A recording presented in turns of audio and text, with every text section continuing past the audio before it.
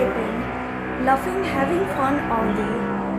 Innocence and joy so pure, imagination that had no cure. Climbing trees and racing friends, hoping the day would never end.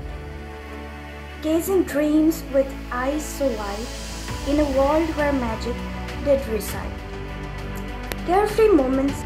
how I long for those carefree days when life was simple in so many ways.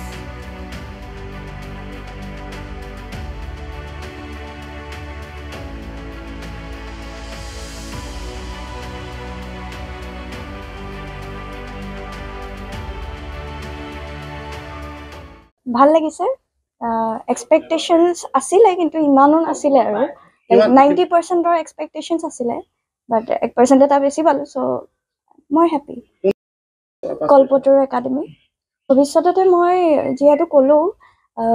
Degree কৰিম degree কৰি APS-C এবছৰ কাৰণে APS-C training লম মানে coaching কৰিম তাৰপা APS-C দিম APS-C pass কৰিলে প্ৰথমবাৰ ভালেই তাৰপিছত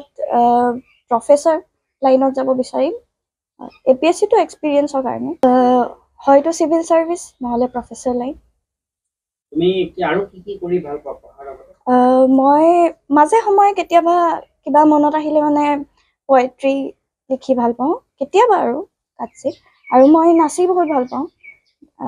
হে আৰু মাহি আছে না এই মুহূৰ্ত বুলি নহয় কালিৰ পৰাই বহুত ভাল লাগিছে আমি ৰিজাল্টৰ কাৰণে ৰৈ আছিলো সবেই কিন্তু বা থকা হলে ভাল পালেহেঁতেন আৰু পঢ়া শুনাত মানে তাই সৰুৰ পৰাই ভালেই আছিলে কিন্তু তাই বহুত কম পঢ়ে যিকণ পঢ়ে আৰু ভালকৈ পঢ়ে মন দি পঢ়ে সেইটোৱে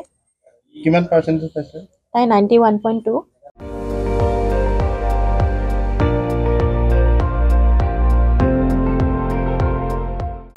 আপুনি চাই আছে ND24